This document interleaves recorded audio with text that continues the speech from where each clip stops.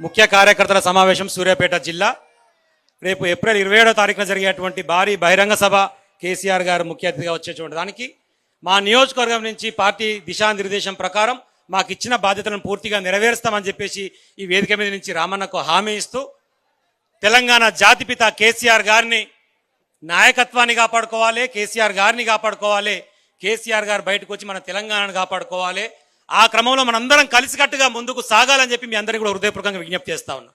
ఎందుకు ఈ మాట అనాల్సి వస్తుందంటే ఎవడో పనికి రానోడు పొలిటికల్ యాక్సిడెంట్ ద్వారా అయితే కావచ్చు కాక ముఖ్యమంత్రి, కానీ ముఖ్యమంత్రి అయినంత మాత్రాన కేసీఆర్ ఇష్టం వచ్చినట్టు నోటికి మాట్లాడతామంటే చూస్తూ ఊరుకోం, తస్మాత్ జాగ్రత్త, నాలుక చీరేస్తాం కొడక అని చెప్తా ఉన్నాం. మాట్లాడితే ఆయన మొన్న మాట్లాడుకుంటే ఏమంటాడంటే అసెంబ్లీ సాక్షిగా భాష బట్టలు ఉడదీసి కొడతా అని మాట్లాడుతున్నాడు. ఈ బట్టలు ఉడదీసి ఇచ్చిన మీకు ఎరికేనా? అసలు 2009లో వీడు పోటీ చేసినప్పుడు గురునాథ్ రెడ్డి అంటే ఆయన గుడ్డలోడ తీసుకోండి ఫస్ట్ ఆడ 2009లో ఈయన గుడ్డలోడ తీసి గురునాథ్ రెడ్డి ఆడ కొడితే వానికి అంటే అదే మతికొస్తున్నది. ఇక ఎవరి గురించి మాట్లాడినా గుడ్డలోడ తీసి ముచ్చటే మాట్లాడుతున్నాడు. కాబట్టి మళ్ళీ ప్రజాక్షేత్రంలోకి వస్తే రేపు ఎన్నికల రూపంలో ప్రజలే నీ గుడ్డలోడ తీసి కొడతా రేవంత్ రెడ్డి, తస్మాత్ జాగ్రత్త అని చెప్పేసి ఈ వేదిక నుంచి ఆయన హెచ్చరించదలుచుకున్నాం. మనం ముఖ్యంగా ఏ పని జరిగినా తెలంగాణ జాతిపిత నా కేసీఆర్ అని మాట్లాడతాడు. తెలంగాణ జాతిపిత కేసీఆర్ తెలంగాణ జాతి కోసం చావు నోట్లో తలబెట్టి తెలంగాణను సాధించిన వాడు తెలంగాణ జాతిపితనే అవుతాడు.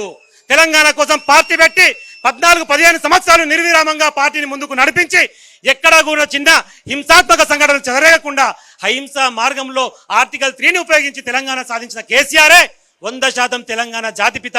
దాంట్లో అనుమానం లేదనేటువంటి విషయాన్ని కూడా మనం స్పష్టం చేస్తా ఉన్నాం. ఎక్కడికక్కడ మనం కూడా గొంతు విప్పాలి. ఒక్కడు మాట్లాడితే 100 మందిని గర్జించాలి, కేసీఆర్ గారి పక్షాన కొట్టాడాలి.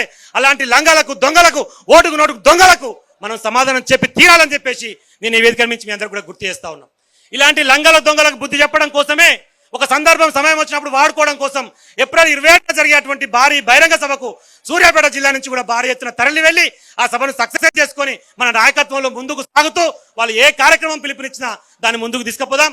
ఇప్పుడు కూడా సూర్యాపేట నుంచి జిల్లా కార్యక్రమాలు కేటీఆర్ గారు పెట్టడానికి కారణం కూడా గతంలో 2012లో సమర బేరీ ద్వారానే ఒకసారి మరొక ఉద్యమానికి నాంది పలికినాం. ఇప్పుడు కూడా మరొక ఉద్యమానికి నాంది పలకడం కోసం జగదీష్ నగర్ అడిగిన వెంటనే ఈ కార్యక్రమానికి వచ్చినటువంటి కేటీఆర్ గారికి హృదయపూర్వకంగా విజ్ఞప్తి చేస్తూ ఈ కార్యక్రమం సజావుగా సాగుతుంది. అన్ని జిల్లాలు మీరు పర్యటించాల్సిందే, పార్టీ జెండాని ఎగరవేయాల్సిందే, ఆ కార్యక్రమాన్ని బహిరంగ సభను కూడా దిగ్విజయం చేసుకోవాల్సిందే అని చెప్పి విజ్ఞప్తి చేస్తూ సెలవు తీసుకుంటా ఉన్నా. జై తెలంగాణ, జై కేసీఆర్, జై కేటీఆర్.